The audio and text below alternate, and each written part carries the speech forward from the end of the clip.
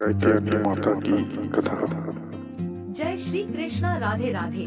आप सभी पर माता रानी की कृपा सदा सर्वदा बनी रहे, इसी मंगल कामना के साथ आज की वीडियो का शुभारंभ करती हूँ। आज चैत्र माह के शुक्ल पक्ष की षष्ठी तिथि है और आज ब्रज मंडल की अधिष्ठात्री देवी माता कात्यायनी की पूजा अर्चना एवं कथा का श्रवण किया जाता है। कात्यायन ऋषि की पुत्री होने के कारण इन्हें माता कात्यायनी के नाम से अभिहित किया गया है। देवी भागवत पुराण के अनुसार नवरात्रि के छठे दिन जो साधक माता कात्यायनी की पूजा करते समय अपना सर्वस्व समर्पित करते हैं, उन्हें माता दिव्य दर्शन देती है और माता की कृपा से उन्हें अर्थ, धर्म, काम, मोक्ष इन चारों फलों की प्राप्ति होती है। जब तक वे जीवित रहते हैं, मृत्यु लोक में भी उन्हें स्वर्ग लोक के अलौकिक सुखों की प्राप्ति होती है।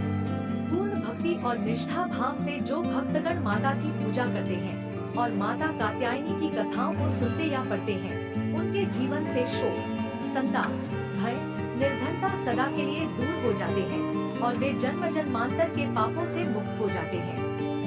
इनकी कृपा से सारे कार्य पूरे हो जाते हैं। माँ कात्यायनी अमोघ फलदायिनी है। प्रिय भक्त गणों, भगवान श्री कृष्ण को पति के रूप में पाने के लिए ब्रज की गोपियों ने भी माता कात्यायनी की पूजा की थी। इनकी पूजा काल यमुना के तट पर की गई थी, इसीलिए वह ब्रज मंडल की अधिष्ठात्री देवी के रूप में प्रतिष्ठित है।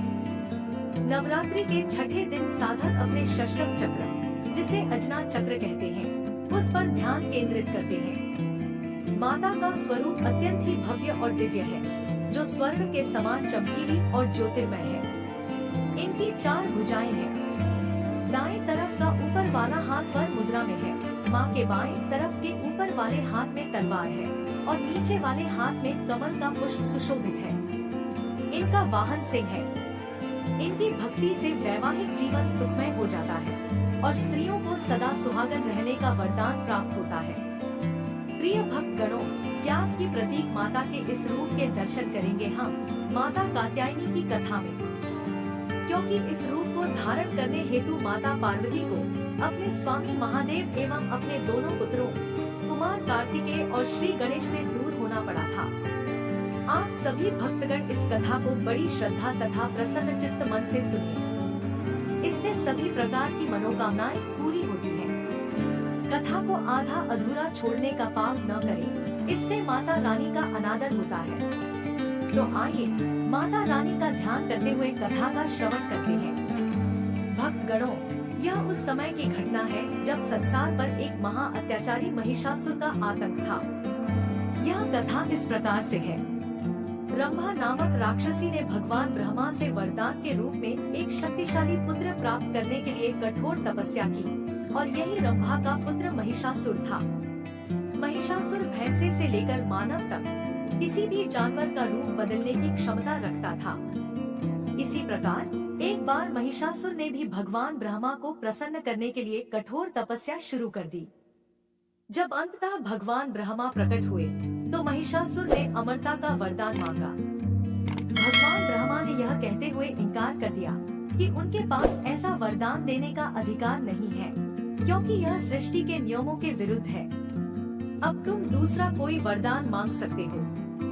इस पर महिषासुर ने अमरता प्राप्त करने का एक दूसरा तरीका खोजा। उसने भगवान ब्रह्मा से यह वरदान मांगा कि उसकी मृत्यु एक स्त्री के हाथों ही हो। प्रिय भक्त गणों, महिषासुर सोचता था कि स्त्री एक अबला और कमजोर है, उसके पास इतनी शक्ति कहां से आएगी कि वह उसका वध कर सके। इसलिए उसने ब्रह्मा जी से ऐसा वरदान मांग लिया और ब्रह्मा जी ने भी उसे तथास्तु कहकर वरदान दे दिया। अब ब्रह्मा जी से वरदान प्राप्त करने के बाद महिषासुर निरंकुश हो गया। उसका अत्याचार और भी बढ़ गया। उसने समस्त देवताओं पर आक्रमण कर दिया और भगवान इंद्र से उनका सिंहासन छीन लिया। इंद्र लोक पर उसने अपना अधिकार जमा लिया। इस प्रकार महिषासुर का अत्याचार शुरू हो गया। उसकी क्रूरता को रोकने वाला कोई नहीं था, क्योंकि उसने तीनों लोकों में कहर बरपा रखा था। इंद्र ने अपना सिंहासन खो दिया, यज्ञ एवं पूजा पाठ बाधित हो गए और सृष्टि में सर्वत्र असमंजस स्थापित हो गया। प्रिय भक्त गणों, इसी बीच देवी के परम भक्त ऋषि कात्यायन देवी को अपने पुत्री के रूप में प्राप्त करने के लिए घोर तपस्या कर रहे थे एवं माता ने भी उन्हें वचन दिया था कि वे उनके पुत्री के रूप में अवतार लेंगी। अब ऋषि कात्यायन की कठोर तपस्या से प्रसन्न होकर माता पार्वती ऋषि कात्यायन के घर पुत्री के रूप में अवतार ले लेती है। अब ऋषि कात्यायन की पुत्री होने के कारण उनका नाम कात्यायनी पड़ा। उन्हें कात्यायनी नाम से अभिहित किया गया। इधर महिषासुर के अत्याचार से सभी देवी देवता त्राही त्राही कर रहे थे। इस प्रकार वे ब्रह्मा, विष्णु, महेश तीनों देवताओं के पास गए और तभी तीनों देवता मिलकर कात्यायन ऋषि के आश्रम पर आए। उन्होंने माता कात्यायनी से विनती की कि वे महिषासुर का वध करें और देवताओं का कल्याण करें। देवताओं की यह दुर्दशा देखकर माता कात्यायनी अपने सर्वशक्तिमान सिंह पर आरूढ़ हो गई। इस प्रकार सभी देवताओं ने अपने अस्त्र शस्त्र सभी शक्तियां उन्हें प्रदान की। सभी शक्तियों से परिपूर्ण होकर सिंह पर आरूढ़ होकर देवी कात्यायनी विंध्याचल पर्वत की तरफ चल पड़ी। वहां जाने के बाद वे एक आसन जमाकर वहीं पर ध्यान मग्न हो गए। उधर जब महिषासुर के सेवकों की नजर उन पर पड़ी और उन सेवकों ने अपने राजा महिषासुर से देवी के बारे में बताया। अपने सेवकों द्वारा माता रानी के रूप की प्रशंसा सुनकर महिषासुर ने अपने सेवकों को पुनः माता रानी के पास भेजा, उनसे विवाह प्रस्ताव स्वीकार करने के लिए। इस प्रकार सभी सेवक माता रानी कात्यायनी के पास गए और उन्होंने महिषासुर का प्रस्ताव माता कात्यायनी के समक्ष रखा। तब माता कात्यायनी ने कहा कि मैं उसे ही वर दूंगी जो मुझे युद्ध में पराजित करे। इतना सुनने के बाद महिषासुर को बड़ा ही आश्चर्य हुआ। महिषासुर ने खुद को इतना बड़ा समझ लिया था कि वह एक महिला से युद्ध नहीं कर सकता था। उसने अपनी सेना उनसे युद्ध करने के लिए भेजा। कुछ ही समय में माता रानी ने सभी दैत्य सेनाओं का नाश कर दिया और चचोर, चमर और कई अन्य घातक राक्षसों को उनके द्वारा जमीन पर गिरा दिया गया।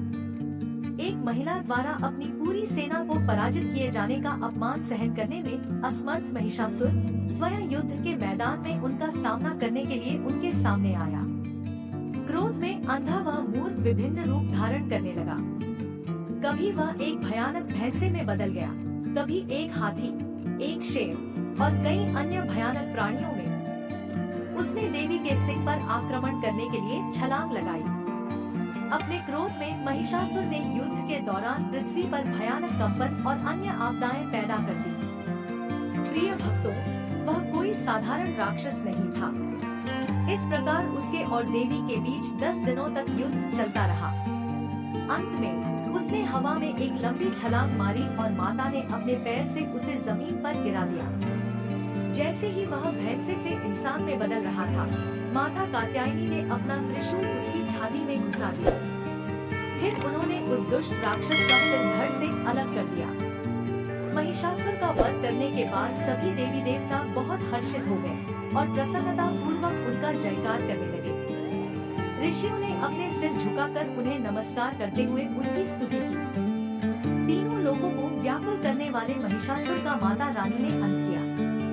देवताओं को वरदान दिया कि जब जब देवता उनका स्मरण करेंगे, तब तक माता रानी उन्हें संकटों से मुक्ति दिलाएंगी।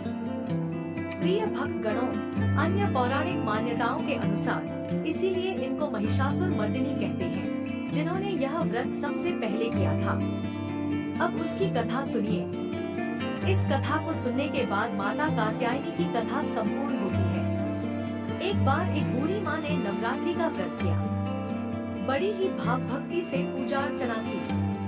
उन्हें वृद्धावस्था में क्या बाधा थी, वह तो अपने पुत्रवतियों की सुख सुविधा के लिए व्रत किया करती थी। वे दिन भर कठोर मन करके अपनी प्यास को रोके रही और दिन में ब्राह्मणों को मिट्टी के पात्र में भरकर पानी और ऋतु फल दान दिए। दोनों भर भर के चीनी और दही वितरण किया। उन्हें गर्मी के कारण बहुत बेचैनी हो रही थी। इस कारण वे बहुत देर तक पानी में पड़ी रही, मुंह धोती रही। तब कहीं थोड़ा बहुत धैर्य बंध पाया। धूप तो तेज पड़ ही रही थी, इस कारण बार बार मुंह सूख रहा था। बहुत बेचैनी हो रही थी। एक तो बुढ़ापा और दूसरा यह भयंकर गर्मी। वृद्धावस्था की स्थिति तो कुछ दूसरे ही प्रकार की होती है। जैसे तैसे रोज हो करके दिन कट पाया। अब पहाड़ से रात सामने थी। उनका कटना बड़ा ही कठिन दिखाई दे रहा था। खटिया पर पड़े पड़े शांति नहीं मिल रही थी। वे बार बार करवट बदल रही थी। अनेक बार वे बाहर जाती और भीतर आती। उन्हें घर के अंदर शांति नहीं थी। वे खटिया पर पड़ी पड़ी माता का स्मरण करती रही। वे कहती रही, हे माता जी, आप मेरी लाज रखिएगा। आप ही मुझे शांति दे दीजिएगा, जिससे मैं यह व्रत कर सकूं और यह पहाड़ सी रात शांति पूर्वक व्यतीत हो सके। प्यास के कारण बूढ़ी माँ की बेचैनी तो बढ़ ही रही थी। उन्होंने धैर्य रखने का बहुत प्रयास किया, किंतु सहनशीलता की सीमा टूट गई और वे घबराकर एकदम चिल्ला उठी। बोली, बचाओ बचाओ। अम्मा का चिल्लाना सुनकर परिवार भर के नर नारी, बच्चे और पड़ोसी एकत्रित होकर बूढ़ी अम्मा के खटिया के समीप पहुंच गए। सबने पूछा, अम्मा, आपको क्या हुआ? आप क्यों चिल्ला रही हैं? आप इस अवस्था में यह कठिन व्रत क्यों कर रही हैं? लोगों ने कहा, अम्मा जी, शक्ति से ही भक्ति होती है। थोड़ी ही देर में वे फिर से बोली, अरे मेरे प्राण निकले ही जा रहे हैं। मेरी छाती पर ठंडे पानी का घड़ा रख दो। तब नातियों ने दादी की छाती पर ठंडे पानी का पात्र रख दिया। तब उन्हें कहीं थोड़ा बहुत आराम मिला और थोड़ी देर के लिए उन्होंने अपनी आंखें बंद कर ली। अब माता ने सोचा, यह बूढ़ी अम्मा है तो बहुत कठोर है, जरा जाकर उसकी परीक्षा लेनी चाहिए। वे आधी रात को मुर्गा बनकर तेल लगाने लगी। मुर्गा की आवाज सुनकर दादी जल्दी से उठी और बाहर जाकर आसमान की ओर देखा, किंतु आसमान में कहीं उन्हें प्रातःकालीन तारा नजर नहीं आया। वे सोचने लगी, यह मुर्गा क्यों और कैसे बोल गया? उन्हें प्यास तो लग ही रही थी। थोड़ा बहुत उनका मन भी विचलित हो गया था। अंत में उन्होंने दृढ़ निश्चय कर लिया कि मैं अब व्रत को पूर्ण करके ही छोड़ूंगी, चाहे भले ही मेरे प्राण क्यों ना निकल जाए। यह सोचकर फिर वे खटिया पर शिथिल होकर लेट गए। थोड़ी देर में माता ने उनकी फिर से परीक्षा लेनी चाहिए। एक छोटी सी बालिका एक गिलास में शरबत लेकर उनके सिरहाने आकर खड़ी हो गई और जोर से बोली, दादी जी, सवेरा हो गया है, आप हाथ मुंह धोकर शरबत पी लीजिए। पहले तो शरबत का गिलास देखकर उनका मन मचल उठा, किंतु अचानक व्रत का स्मरण हो आया और उन्होंने सोचा कि मैं किसी भी प्रकार से अभी शरबत नहीं पी सकती हूँ। और वे शांति पूर्वक अपनी खटिया पर लेट गए। फिर थोड़ी ही देर में उन्हें ऐसा लगा जैसे किसी ने उन्हें पानी के कुएं में पलटा दिया हो। वे बड़ी देर तक हाथ पैर चलाती रही, किंतु उन्होंने अपने मुंह में एक बूंद भी पानी जाने नहीं दिया। वे दृढ़ता पूर्वक अपना व्रत पालन करती रही। थोड़ी देर में ना जाने कहां से सामने आग जलने लगी, जिससे भारी गर्मी बढ़ने लगी। व्याकुलता के कारण प्राण निकलने लगे, किंतु बूढ़ी अम्मा का कुछ भी नहीं बिगड़ पाया। वे जहाँ की तहाँ मुस्कुराती हुई बैठी रही।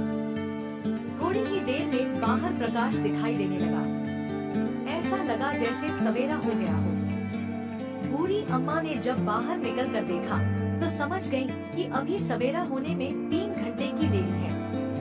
यह जानकर वे शांति पूर्वक इधर उधर घूमने लगी। फिर माता यह बात अच्छी तरह से समझ गई कि यह बूढ़ी अम्मा किसी भी प्रकार से अपने व्रत से नहीं टल सकती हैं। वे उनके सत व्रत को अच्छी तरह से समझ गई। अब सवेरा होते ही बूढ़ी माता ने स्नान किया, भगवान का पूजा पाठ किया, कथा सुनी, ब्राह्मणों को दक्षिणा देकर भोजन कराया। तब कहीं उन्होंने व्रत का पारण करके जल ग्रहण किया। कन्याओं को भोज कराने के बाद अम्मा ने स्वयं भोजन किया।